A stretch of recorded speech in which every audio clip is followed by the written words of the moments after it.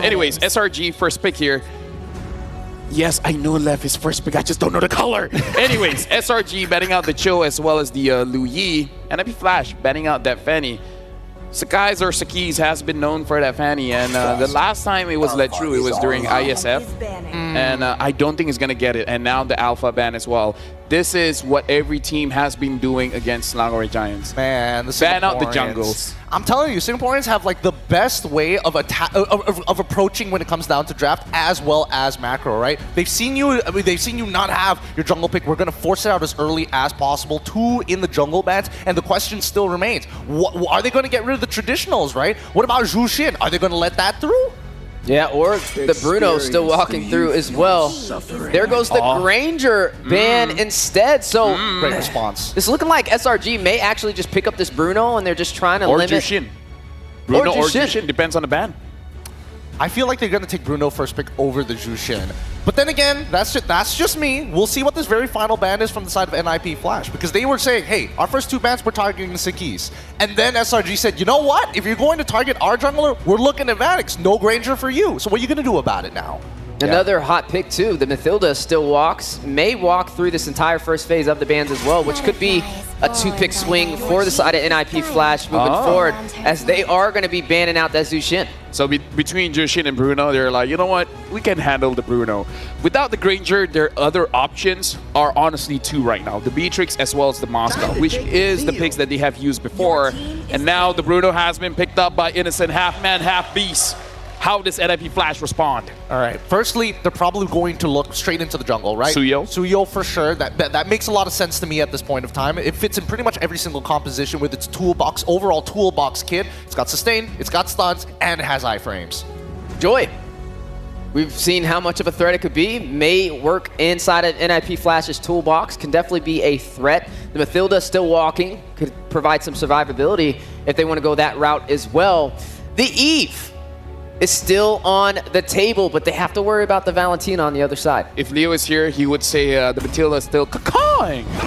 Every time, man. Matilda Airlines saves the day, as we saw in our previous best of 5, but it's going to be Suyo and as well as High Loss. Once again, a staple for Diablo. I don't think it's going to go into the support roam section, mainly because JPL, he's more of a playmaker more than a I press 1 button and I tank, I big.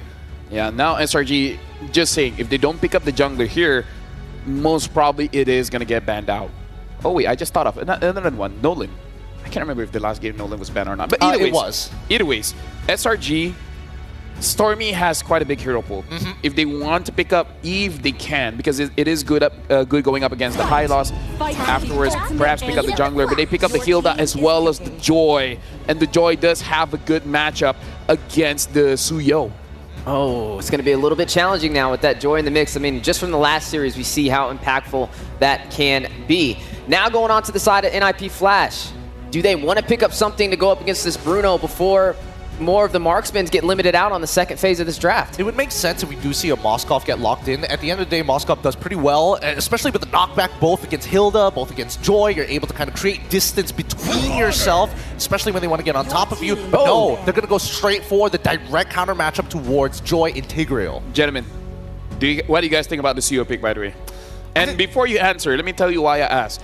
This is Hades' first Suyo in M6. And M6 has been going on for quite a while. This is his first Suyo. I agree. I think that he's going to do absolutely fine. He is playing more mechanically challenging, high execution heroes like Ling, like Hayabusa. It makes sense that Suyo, less execution overall, has a better skill set and overall toolkit like Box. Well, they prowled it super early, so I'm expecting him to be at least a little comfortable on that with letting that slide through the draft. But the question also to be asked is what's going to be put into this mid lane? You are seeing the Valentina taken off the board. The Lu Yi was banned out from SRG. They know how NIP Flash likes to favor that, to have the element of surprise. If you go for something like an Eve, which is still on the table, it's going to have a lot of threat with the composition that SRG has so far. You have the Joy who can rush in, pick you off. You have the Hilda as well. Now we got to talk about fun facts here. From the Swiss stage until now, both SRG and NP Flash have only been on the blue side twice. Both teams only hold 50% win rate when they are picking first. Will this change It's kind of funny. Watashi wa don't know. Look, hey man, you keep that with between you and JPL. But between the two teams, the fact that they have only a 50% win rate on blue side is kind of ironic, considering that yes, they are able to kind of play very counteractive towards their opponents, and overall having a better win rate on red side anyways. Second part of the draft, Valentino, followed up by the Harris this time round, really wanted to limiting that pool. Oh, okay, so Aurora possibly could be picked up here for NIP Flash. Like I said, I just don't feel like the Eve would be the answer with this composition. Maybe even a Vexana could be something they pull out here. We have yet to see the response back to the Bruno, though. We talked about Coach Arcadia and how he felt about the Bruno. But for NIP Flash, we don't know what their game plan is for it. More so, it looks like it has to be very team fight heavy. They've got the Tigreal, they've also caught the high loss. It only makes sense if they do so. Interestingly enough, they ban out the Vexana. They don't want some form of disengage. They might just devolve back down to Veil. I mean, like, here's the thing. Yeah, they ban out the Vexana just so that they can pick up the Aurora themselves. But like you said, Stormy is kind of bored using Valentina all the time. Towards he asked the coach, can I just pick up a Veil? Which, by the way, if they lost the game, they would have been eliminated. And then the coach is like, sure. So sometimes maybe just look at Stormy, and then coach just like, huh? And then Stormy's like, okay. Well, keep in mind, in NIP Flash, they are the Loco team. I mean, they could pull out something crazy in the mid lane that none of us are expecting. That's a good point, but now we're seeing that the target is definitely towards Vanix's side. They got rid of the Harith. They also made sure that the Moskov is out of range at this point. With Granger gone, it kind of forces him on the other counter, which would be Beatrix, but that's only to a certain degree, and it doesn't look like, well, actually, with the Tigreal, maybe possible. With what Weezy said, it will be funny if it's a Suyo mid. Because again, Hades hasn't used it so far. Don't you dare. Not saying Curtizi has, but I've watched clips on YouTube. It has happened before, so I'm not throwing it out the window just yet. Oh man, how illegal would that be? Let this be a mid lane pick so that we don't talk about it anymore. Oh, okay, all right, fair enough. But let's see what this next pick is going to be. All right, Suyo jungle. Thank God. But it's Farsa still. Farsa can still be cancelled out by a number of abilities coming in from the side of SRG. I mean, Joy's already can close the distance, right? But that's threatening. It doesn't immediately cancel it. There's some punish too. I mean, when you have a strong front line like a Tig and a Hylos on your side, and then you have the Farza who already has mobility, and then you stack a Flicker on top of it, there's a means for escape if you have the Joy or the Hilda trying to rush in. So definitely have to be careful for that. Not to mention now you have the artillery on your side, right? When it comes to these neutral engagements, these turtles, these lords, they have more range in this composition compared to SRG. I would agree with the range, but I'm also worried that SRG might play a really difficult comp if they like lock in Matilda, for an example, take a couple of Purifies. It's really difficult to execute. Among the planes. Oh, so they pick up the Eve as well as the Guinevere as a roam here. So this Farsa kind of doesn't have a choice but to go Purify. But again, you Purify for the Guinevere, but you want that Flicker going up against the Joy. So honestly, this kind of puts pressure on JPL, where I feel like he wants to engage, but at the same time, he has to look at his backline, because if Curtizi gets caught, he has to be there to back him up. Yeah, at this point, you might as well go Claude, right? You're able to use the BMI, close the distance, and natural counter towards Eve's side. That would make the most sense at this point. I mean, you're gonna, no matter what, it's gonna be a difficult lane against the Bruno. If you want to play something more passive, sure, you can go for the Beatrix, but at the end of the day, you need a wombo combo with something. Both are viable options. That I see the fondest. Oh, but they pick up the Natan. Works so the same. A very late game carry. But honestly, looking at how Natan has been playing, honestly, I feel like Natan has a one item power spike at this point. So maybe we don't have to wait for that long. But now, thank you very much, panelists. Now we're going to throw it over to our casters for the very first game in this match. Thank you so much to our panelists. We're down to the final series of the day, and it's going to be between back-to-back champions of their respective regions. It's Brigida and Mirko bringing you the action once again. And surprisingly, it's a balanced composition for both of these teams heading into game number 1. More surprising for NIP Flash, right? Yeah. I mean, when was the last time you saw Curtizi on an actual mage, you know?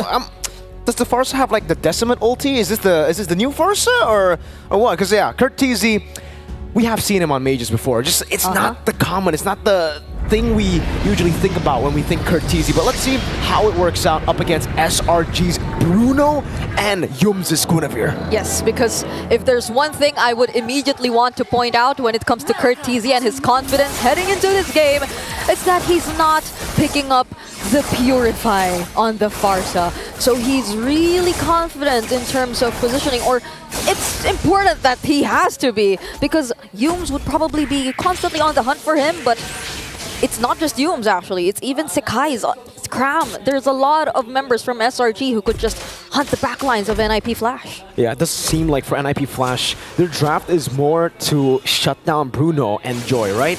Yves is going to have a very good time, I would say, the Guinevere and Cram on Hilda. We should see Cram able to get into that backline, but again, JPL goes in. Oh, what was that damage? Hades! A double kill. Yums and Skies disappeared. And I'm not sure if there was the Sacred Hammer too, or it was just JPL right in front of two members of SRG, but that was a beautiful Blade Surge. What was that? Stunning two members and that immediate burst down as well. So I think this is also one thing you'd have to be careful if you were SRG up against NIP. The amount of early game damage that they have in their hands, they could literally burst down any member they spot out from SRG at this point. Both Hades, Curtisi, and probably even a bit of like poke here and there from Vanix on the Nathan. I'm still surprised that that dealt that much damage. It's not like he went for Thrill, so there's a bit more damage there. Season Hunter, Impure yeah, nothing too crazy there. Bargain Hunter for Vanix though means that, yeah, like LaFell said, we might get like some power spikes very early on. If Vanix is able to just farm up and go even with Innocent on the Bruno, we might actually see the power spikes be very, very similar to each other, the timing at least. It's tenacity too, by the way, for Innocent. This is something I'm personally not used to seeing. We usually see more of an aggressive stance for Mr. Innocent. Great push. Wow, Hades with a blink getting away from the spatial migration. That's the glory. Oh my lord, Yums just disappeared again. Curtisi will be traded in. But NIP Flash are playing so good. Yeah, Curtis stood there. He knew they were winning anyway. And you could see the priority of NIP Flash in terms of objectives. Diablo just making sure he would be accompanying his other members even though he doesn't get his hands on the level 4 yet.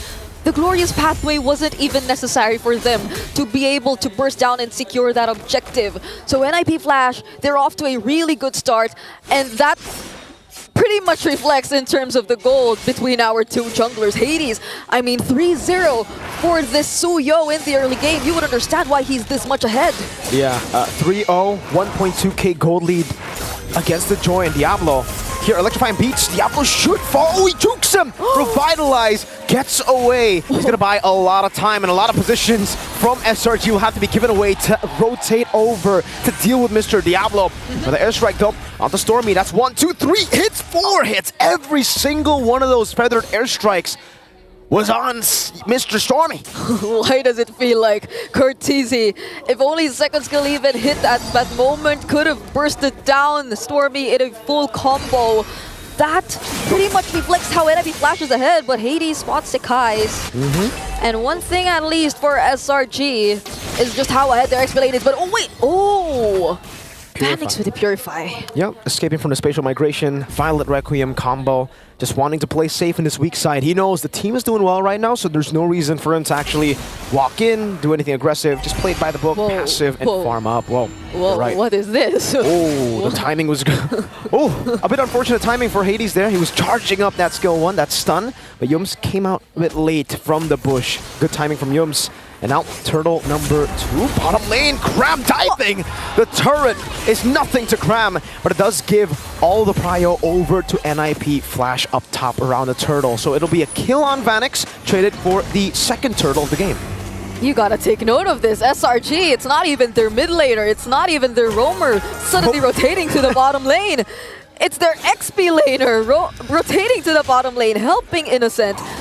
So the priorities for Cram, you're seeing it, like just how focused they are in terms of securing that early game for Innocent as well, and they're about to take out almost all of the energy shields. But for Vanix, it is equally important for him to not get picked off. I mean, they should be wary of that. These rotations from Selangor Red Giants, they're pathing, it's really interesting.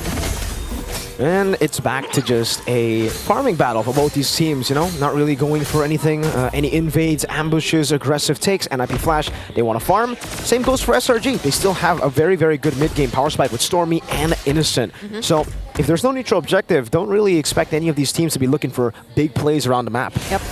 So for now, we were just waiting for that next neutral objective potentially and that major rotation that we'll be seeing from both of these teams. Because again, Crab here in the mid lane adding a bit of pressure as well. And it's it kind of limits overall the rotations that NIP Flash could do as well. But Hades versus Sekai's in the top lane. But even in the bottom lane, there's action too! The Worldie! Bouncing from the mini waves. Innocent getting the solo kill there. JPL with a good shove to escape. Oh! That's an implosion for the airstrike. Almost dealt with him. The stun over to Yomes. It should be a trade. No, he flickers out. Great timing from Stormy to pop in that RWM. Good field of immobility to stop NIP Flash from getting that trade. Such clutch timings from both of these teams in terms of using their crucial battle spells and even ultimates just to save each other, but this is looking pretty good for SRG. They're able to get their hands on the tier 1 lane up top, and they might just get their hands on the bottom lane tier 1 turret too. So with just that amount of pressure, which we thought initially would have been favorable for NIP Flash, it's actually SRG who gets the better of it, but Yums immunes himself with a Violet Cream. So NIP Flash, they know which resources are gone, but they still want to go for this turtle. Bottom lane shoved in. Does seem like Phoenix will be joining the team here as he shoves into mid lane. JPL doesn't have the flicker, doesn't have that instant engage. Diablo lowers pathway to try to zone them away. Spatial migration comes in, but Hades just wins it out. Yo's very low. Hades going in. That's a kill. Mega kill for Hades as SRG take or concede the turtle and say, all right, we've got enough. We're going to back off. Yeah, and NIP Flash, I think they're slowly finding their way to play around SRG's pattern in terms of the team fights. Oh, wait. Nice steal. They got it away from Hades. Still pretty much ahead in terms of gold. I mean, no one's leading more than Innocent, though. If it was just gold that we're talking about, he's pretty much ahead of everyone. But those who are able to convert earlier, it was SRG, but gradually NIP Flash, it seems like they're slowly making their way towards SRG's jungle as well. Purify baited out. No flicker for JPL still. They're going to try to go for the steal. The retribution from Hades will secure the purple buff. And that's info. No Purify for Stormy. Yeah, and they just got their purple buff too. They've had some form of revenge from NIP Flash. So now we're looking at the current situation wherein we barely get to feel the discrepancy in terms of gold. It seems like it's such an equal game between both of these teams. Even in terms of skill score, they're just having exchanges here and there. So I feel like it's very important that we see who gets the better of the other in terms of the objective fights and the neutrals. But then, even before that, slowly, NIP Flash working their way macro-wise in terms of the game as well. So it feels like they're just being so careful about their engages. This is not the typical hyper-aggressive approach we're seeing from either of these two teams. Definitely not. Yeah, I guess, you know, they've learned from their mistakes, you know. Early on in the Swiss stage, we saw just how aggressive SRG were in the best of ones. Didn't really pay off for them. So they've learned from that. Now they're going to play more to their win conditions. NIP Flash, on the other hand, they got a lot of success by playing a lot of the aggressive strategies in the Swiss stage, but I guess it's just because of the composition. They have a Farsa and an Atan. So if SRG want to play it slow, NIP Flash are gladly going to try to match that as well with this composition. They will gladly take the late game, the mid game too. We'll see. Item. Oh, wait. Glorious Pathway. That's spatial migration used already. Feather Airstrike though. Oh, that's a very low courtesy with the flicker out. Cram trying to go and dive, and Hades zones skies away. Big resources used up before the Lord. Yeah, but I just want to say, Cram, he's just so consistent in making sure that NIP Flash will be able to position themselves well, but oh no, Stormy! He doesn't get saved by the Purify! Doesn't matter, the Purify. Diablo with the DOT! Damage over time, slowly getting Stormy down. Diablo's an assassin with the high-lows. JPL goes in for the flicker implosion. Doesn't find anyone. Innocent, meanwhile, getting a spatial migration. Violet Requiem, they're getting split up for their airstrike, and JPL's going to be picked off on the other side of the map as well. Oh no, 3 members left for NIP Flash, and this might just be a 4v3 or a 5v3 since Stormy is about to return as well. Sekai's just trying to pressure them a bit. There's a reset though for the Lord, but they're not stopping anyway. That's a spatial migration once again! Connecting Hades, unable to do anything. Skies gets the shutdown, and Cram is trying to go for the flank power. Wilderness Curtisi so able to escape. Edison gets the fadeaway shot. Vanix forced the entropy back, and SRG gets the 2,100 gold lead plus the Lord. We were just talking about how NIP Flash could have just managed everything considering their composition, and even way back in the drafting phase, earlier they didn't have much of range, but when they picked up the Farsa, you would have thought that they were already able to answer just that. They have ways to reach Innocent, they already have ways to dish out damage from afar, but SRG, they also have the range in terms, or in Stormy, and it's not just that. There's no one in NIP Flash doing the same job as Cram. There's no one in NIP Flash just forcing out the cancels on the Fettered Airstrikes and forcing those two damage dealers to stick together to make sure that they don't get picked off by the Hilda. And now it's SRG slowly knocking on NIP Flash's base. Holy defense already used for the bottom lane turrets, and they just have to really work their defense to this. RWM2 trying to get Innocent as much room as possible. You can see the two basic attacks on Vanix there. Luckily for Vanix, that did not crit. Wow, it was just so stunning to see that Lord fight, right? It was like NIP Flash were everywhere, and SRG just capitalized on every single mistake. They got the top lane as JPL failed the Implosion Flicker. They killed Diablo, who was alone with no initiator. And then the shutdown happened as Hades tried to recover the situation. And now SRG find themselves with a 5,000 gold lead. It's just clean from SRG. Yeah, look at Innocent and his items. He's just lacking one more item, whereas Vanix was just able to pick up his Holy Crystal, but is still looking for more in order to dish out the necessary damage. For the other members too, I think for TC at least, we would be expecting some sort of damage as well, but SRG, at this point, I think they'd be pretty much okay with sustaining all that. He doesn't even get to just use the Fettered Airstrike as freely as he wants to. There's always pressure from Cram, and even Sekai's, whenever there's a team fight. So I don't think NIP Flash, they're able to capitalize on their team fighting as much. Not at all. Now they're really going to have to wait for late game. Vanix already has the Holy Crystal. Does Vanix have enough to actually deal with Cram? Because Cram has been a nuisance. So Stormy, hot opposition. Diablo goes in for the airstrike as well. Purify used. Oh! Able to go through everybody. Skies is on a killing spree.